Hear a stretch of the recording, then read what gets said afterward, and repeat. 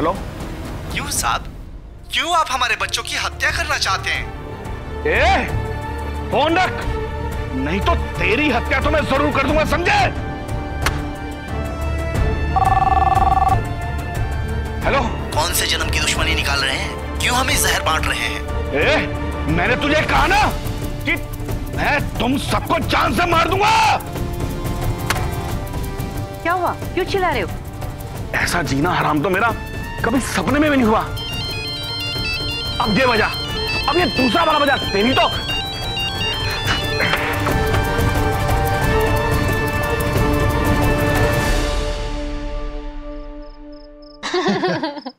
पूनम जी, अब तक तो उस अधिकारी की अकल ठिकाने आ गई होगी। हाँ आकाश जी, और उसके साथ तो ऐसा होना ही चाहिए। गरीब जनता का हक लूटने वाला इंसान चैन की नींद तो नहीं सो सकता। उसे अपनी गलती माननी होगी, सुधरना ही होगा उसे। हाँ पूनम जी, भाई जब तक ये भ्रष्ट लोग नहीं सुधरेंगे ना, तब तक एक सभ्य समाज की स्थापना नहीं हो सकती। और देखिएगा, इसका बदलाव ये होगा कि जो सरकारी राशन की दुकान है ना, उससे लोगों को अच्छा राशन मिले।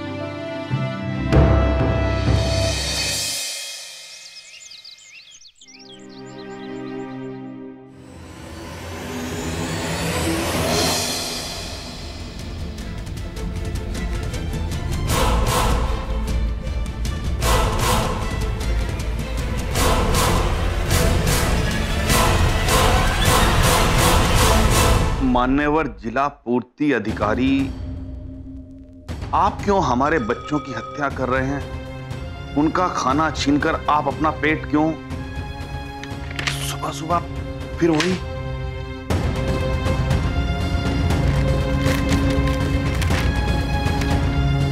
साहब, अधिकारी होकर आप परजीवियों की तरह हमारी जिंदगी का भक्षण क्यों कर रहे हैं? जहरीले कीटाणु की तरह बीमारियां क्यों फैला रहे हैं आप? उमेश जी साहब। ये समझा किसने रखा है? अब मुझे पता नहीं। मुझे लगता है कि तुम लोगों को अपनी नौकरी प्यारी नहीं है। तुम सबको घर भेज दूंगा। अरे उठाकर बाहर फेंको इसे फौरन। कल इससे ज्यादा लेटर्स आएंगे माथुर साहब, और परसों उससे भी ज्यादा। और ये लेटर्स तब तक आते रहेंगे जब तक आप जनता को उनके सवालों का जवाब नहीं दे देते। हम भी देखते हैं कब तक बच पाते हैं आप।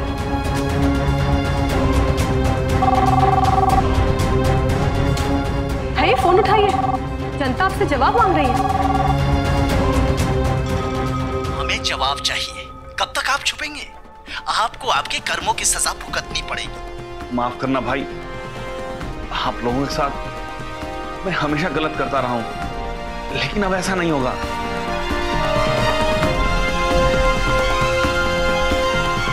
आज से जनता का कोटा जनता को ही मिलेगा। ये आप सिर्फ फिलहाल पीछा छुड़ाने के लिए कह रहे हैं या? नहीं मैडम, सिर्फ पीछा छुड़ाने के लिए नहीं। अंदर जमीर जिसकी आवाज में हमेशा दबाता रहा हूं, वो मुझे घेर कर बैठ गया है। आखिर कब तक मैं उससे पीछा छुड़ाता रहूंगा? अब मुझे सुधरना है। आप प्लीज इन लोगों को कहिए कि वो ऐसा ना करें। अब मैं उनके सवालों का जवाब नहीं दे पाऊंगा। Please madam. ये सब आप खुद जनता के सामने कहेंगे और उनसे माफी भी मांगेंगे, क्योंकि आप उनके गुनहगार हैं। Yes madam.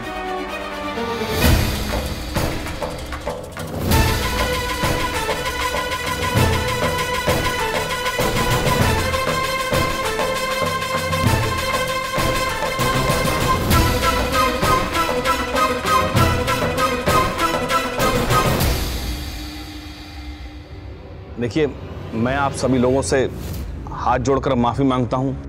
आज मुझे एहसास हो गया कि मैं आप लोगों के सामने कितना गलत कर रहा था, और मैं आपको विश्वास दिलाता हूं कि आगे से आपके साथ कोई धोखाधड़ी नहीं होगी।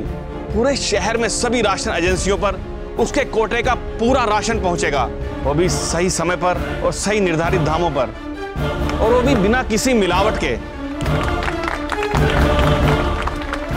और इसके बावजूद भी अगर किसी राशन एजेंसी के मालिक से आपको कभी भी किसी तरह की कोई शिकायत हो, तो वो शिकायत आप मुझसे आकर कर सकते हैं। आपकी पूरी बात सुनी जाएगी और जो दोषी होगा उसके खिलाफ उचित कार्रवाई भी की जाएगी। मैं आपको ये यकीन दिलाना चाहता हूं, आप बेफिक्र रहिए। पूनम जी, पूनम जी, पूनम जी, पूनम जी, पूनम जी। एमएलए पूनम गर्ग ने जिला आपूर्ति अधिकारी को सबक सिखाया। भाई पूनम जी, आज तक इतने अखबार पढ़े, लेकिन जो है अखबार पढ़ने का उतना उत्साह, इतना मजा कभी आया नहीं उसमें। ये देखिए, लेकिन आज मुझे इतना मजा आ रहा है ना, मैं काशी बस कीजिए। पता नहीं सुबह से कितनी बार खबर पढ़ चुके हैं आप। अरे तो पूनम जी पढ़ूंगा क्यों नहीं, आपकी तारीफ जो छपी है इसमें। बस इतनी भी तारीफ मत कीजिए कि हमें घमंड हो जाए। घमंड? अरे भाई, घमंड आपको नहीं, घमंड मुझे है कि मुझे ऐसा जीवन साथी मिला। पूनम जी, पत्नी से लेकर बहू, बेटी, बहन, सारे रिश्ते आपने बखूबी निभाए हैं।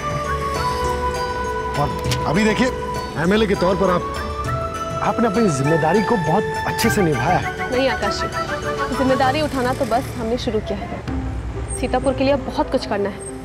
और ये माथुर, ये तो सिर्फ हमारा पहला कदम था। हमारा दूसरा कदम होगा शिक्षा। शिक्षा? हाँ काशी, शिक्षा।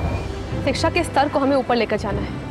शिक्षा से संबंधित कोई भी मुद्दा हो, भले वो स्कूल हो, अध्यापक या स्टूडेंट, हमें उस पर खास ध्यान देना है, क्योंकि शिक्षा ही वो मजबूत माध्यम है जो हमारे देश के भविष्य को उज्जवल करेगी, उसे आगे बढ़ाएगी। और हाँ आकाश जी, इसी बारे में बात करने के लिए प्रिंसिपल साहब को भी हमने बुलाया है ऑफिस। ये देखिए, रिक्शा भी आ गया। रिक्शा, सीतापुर जाओ।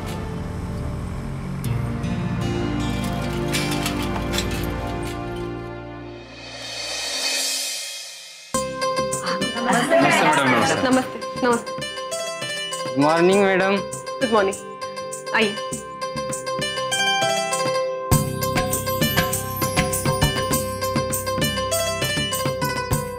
प्रिंसिपल साहब बैठे ना प्लीज। आपको बहुत बहुत बधाई हो पूनम जी। जिला आपूर्ति विभाग में सालों से चली आ रहे भ्रष्टाचार को आपने इतनी जल्दी खत्म कर दिया, ये जानकर हम सबको बहुत खुशी हुई। शुक्रिया सर। अभी हमारी बहुत इंपॉर्टेंट मीटिंग है, आप लोग प्लीज बाहर जाकर इंतजार कीजिए। मीटिंग के खत्म होते ही हम आपको बुलवा लेंगे। नहीं मैडम, ऐसा मत कीजिए मैडम, बाहर मत बिठाइए मैम।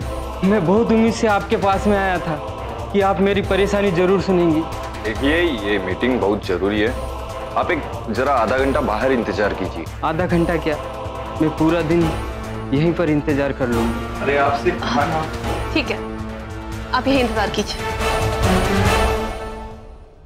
प्रिंसिपल साहब, जैसा कि आपको पता चलिए क्या होगा, हमने आपके स्कूल को बड़ा करने का फैसला किया है, इस शहर के सुनहरे कल के लिए और उज्जवल भविष्य के लिए। और हमने और हमारी टीम ने एक प्लान भी तैयार किया है।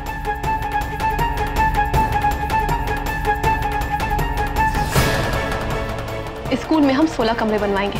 देखिए ये प्लान।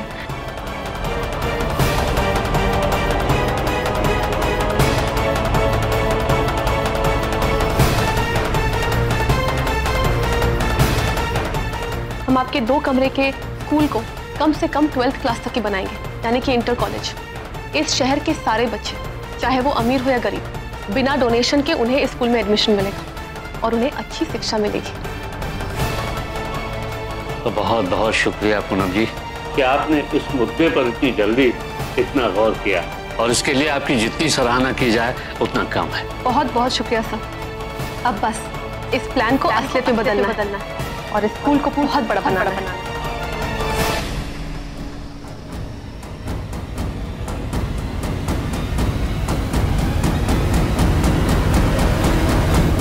अच्छा तो ये बात है, पहले सबको राशन, अब शिक्षा। ये कबूतरी तो चील निकली रे, बहुत ऊंची उड़ान भर रही है। हाँ भैया जी, स्कूल का प्रिंसिपल भी आया है, पूरी तैयारियां हो रही है स्कूल को बड़ा बनाने की, और कागज पर पूरा नक्शा खींच दिया है। कागज पे ना, तो बस समझ ले वो नक्शा वहीं तक रहेगा, चाहे वो कुछ भी कर ले। हकीकत में स्कूल को पढ़ाना तो दूर, वो जितना है उसको भी नहीं बचा पाएगी पूनम गर्ग।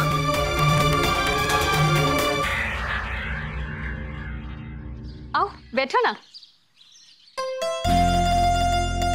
तुमसे मिलने के लिए हम लोग बहुत दिनों से प्रोग्राम बना रहे थे, लेकिन कुछ न कुछ काम आ ही जाता था। फिर मैंने सोचा कि इतने दिनों से प्रोग्राम बना रहे हैं तो आज मिल ही लेते हैं, इसलिए मैंने अपना वो काम कैंसिल कर दिया। अच्छा तुम लोग यहाँ बैठो, मैं तुम लोगों के लिए चाय नाश्ते का इंतजाम करती हूँ।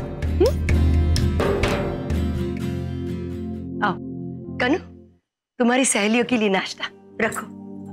लेकिन माँ जी आपने क्यों तकलीफ की? अरे इसमें तकलीफ की क्या बात है? अरे ये दोनों मेरी भी तो मेहमान हैं। बहुत थक गई हूँ आज मैं, थोड़ी देर यहीं आराम कर लेती हूँ। अरे तुम दोनों बैठे क्यों? तुम्हारे लिए तो मैंने ये नाश्ता मंगाया है, लो ना। क्या है ना, जिम्मेदारी इतनी बढ़ गई है, थकान तो थोड़ी बहुत होगी ही। मेरी पूजा पाठ और मेरी दुआओं के असर से मेरी छोटी बहू यहाँ की एमएलए बन गई। इतने लोग दिन भर मिलने आते हैं ना, कुछ लोग तो बेचारे अपना काम लेकर आते हैं, तो कुछ लोग बधाई देने के लिए आते हैं। पूनम तो सीतापुर की एमएलए है, लेकिन घर की तो मैं ही हूं ना। सब कुछ संभालना पड़ता है मुझे। लो ना लो ना। एक बात बताओ, गर्ग परिवार के बारे में लोग क्या कहते हैं? हाँ, कुछ तो कहते होंगे। बाहर हर कोई आप लोगों की तारीफ ही करते रहता है और हर जगह बस आप ही की चर्चा होती रहती है। अरे वो क्या है ना मालकिन, दादी ने आपको किसी काम से नीचे बुलाया है। आ रही, जाओ तुम। ठीक है। अभी आती हूँ मैं। नाश्ता करो तुम, मुझे जरूर बताना हाँ, लोग क्या कहते हैं हमारे बारे में। कर लो ना नाश्ता, अभी आई मैं।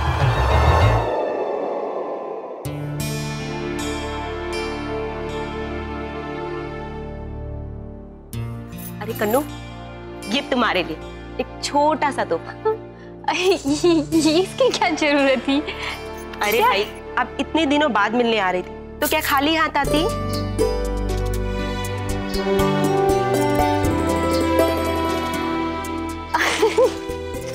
अरे ये तो बहुत खूबसूरत साड़ी है, काफी महंगी होगी ना? वैसे इसका रंग मेरी मनपसंद का है। अरे वो सेट देखो ना।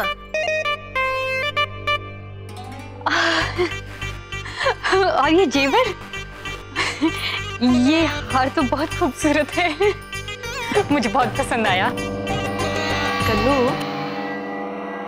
अब तुम तो मेरी सहेली हो, तो तुमसे क्या छुपाना। देखो, मेरे हस्बैंड हर साल सीतापुर हाईवे का कॉन्ट्रैक्ट लेते हैं और हमेशा अच्छे से अच्छा काम करते हैं। कन्नू, इस बार इस एरिया की एमएलए तुम्हारी देवरानी पूनम है ना, तो पता नहीं वो मेरे पति को ये कॉन्ट्रैक्ट दिलाए या न दिलाए। अगर इस बार भी हमेशा की तरह ये कॉन्ट्रैक्ट मेरे पति को मिला तो इसमें तुम्हें भी फायदा होगा और हमें भी। बस तुम्हारी थोड़ी सी मदद चाहिए ये कॉन्ट्रैक्ट दिलाने में। वो क्या है ना, मेरे पति लेन देन में बहुत यकीन रखते हैं।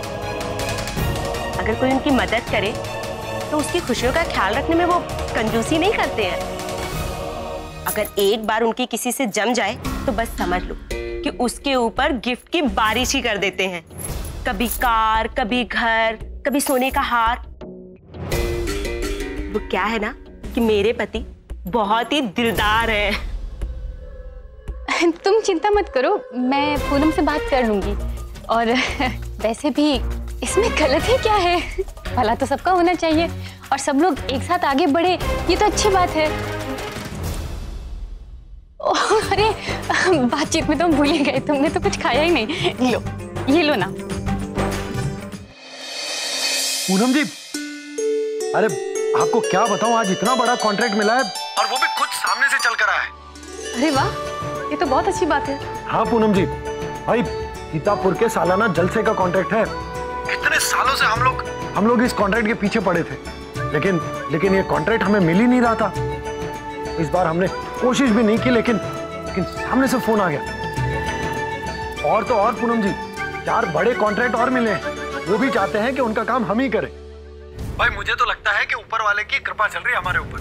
जब से सिया और राघव की शादी की है ना, लगता है उसी के सारे चर्चे जो है आसपास के सारे गांव, सारे शहरों में फैल गए। अच्छा पूनम जी, अभी मैं फोन रखता हूँ, बहुत सारा काम है। ठीक है आकाश जी। अचानक इतने बड़े बड़े कॉन्ट्रैक्ट अपने आप कैसे आने लगे? कुछ नहीं सुनना है मुझे। अरे उसके एमएलए बनने के बाद हमारी तो हालत खराब हो गई। दिन रात यहाँ लोग शिकायतें लेके आते रहते हैं और हम नौकरों की तरह चाय पानी नाश्ता बनाते रहते हैं। अरे जरा सी सांस ली नहीं, दरवाजे पर ठक ठक शुरू हो जाती है। मैंने तय कर लिया, हम सब पूरा परिवार सरकारी आवास में जाकर रहेंगे। हाँ, लेकिन अम्मा पूनम जी अपने क्षेत्र में ही रहना चाहती है ताकि वो लोगों की समस्याओं को और करीब से समझ सके। लेकिन इसके लिए हम घर वालों को समस्याओं में क्यों डाल रही है वो? क्यों सजा दे रही है वो हमें? हमने क्या बुरा किया है किसी के साथ, बताओ। मंगला समझने की कोशिश करो, आकाश बिल्कुल सही कह रहा है। आप तो चुप ही रहिए। आप दोनों पूनम के हर फैसले को सही ठहराने की जिद पकड़ बैठते, इसीलिए वो किसी का सुनती नहीं। अरे कल को वो मुख्यमंत्री क्यों न बन जाए, लेकिन मुझसे बड़ी नहीं बन सकती। सास हूं मैं उसकी।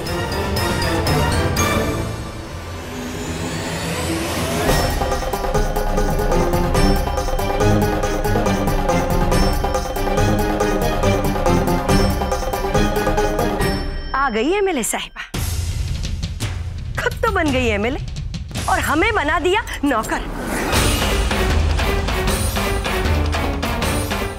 अरे मैं पूछती हूँ, क्या जरूरत थी सरकारी आवास को मना करने की?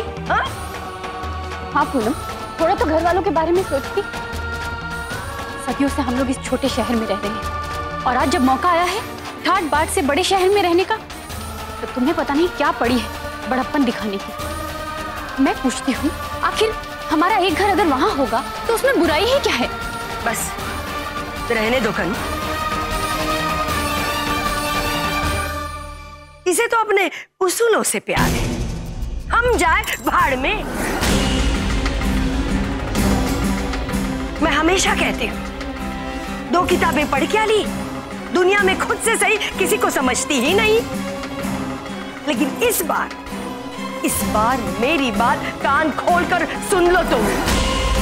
अभी के अभी फोन करो उन्हें और कह दो, बता दो उन्हें कि मैं पूरे परिवार के साथ सरकारी आवास में रहने आ रही हूँ। हाँ।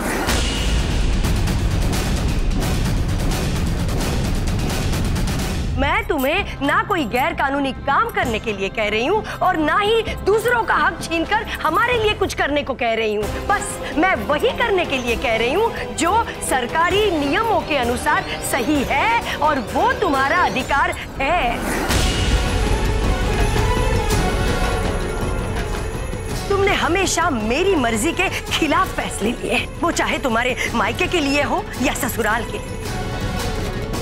लेकिन इस बार तुम ऐसा नहीं करोगे, तुम्हें मेरी बात माननी होगी।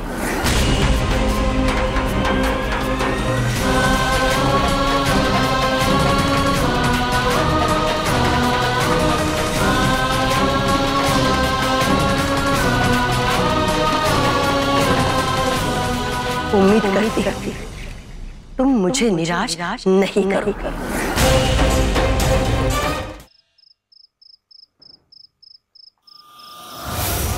ये क्या क्या तुमने मंगला? क्या तुम्हें कोई बात समझ में नहीं आती? बच्चों पे इस तरह कोई फैसला थोपा जाता है? नहीं बाबूजी, माँ जी बिल्कुल सही कह रही है। कल ही हम सरकारी आवास में शिफ्ट हो जाएंगे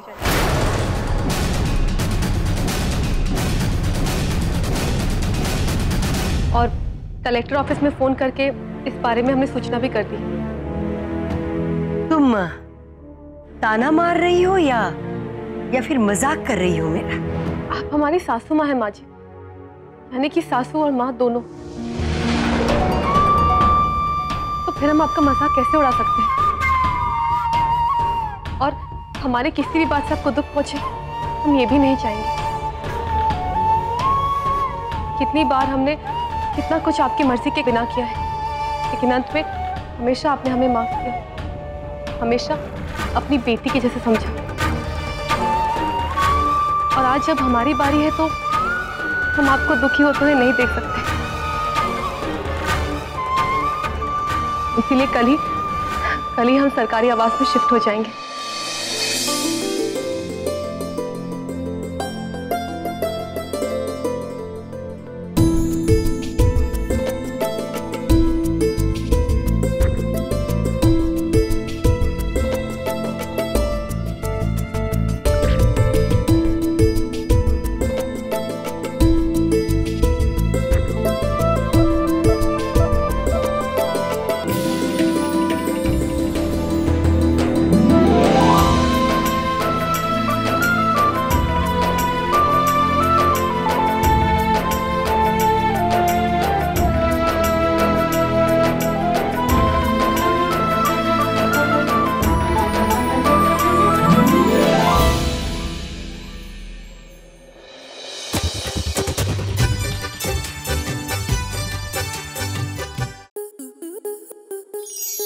आपके मनोरंजन पर अब नहीं लगेगा कोई ब्रेक। स्टार प्लस के बेहतरीन शोज देखने के लिए लाइक, शेयर और सब्सक्राइब करें स्टार प्लस यूट्यूब पेज को।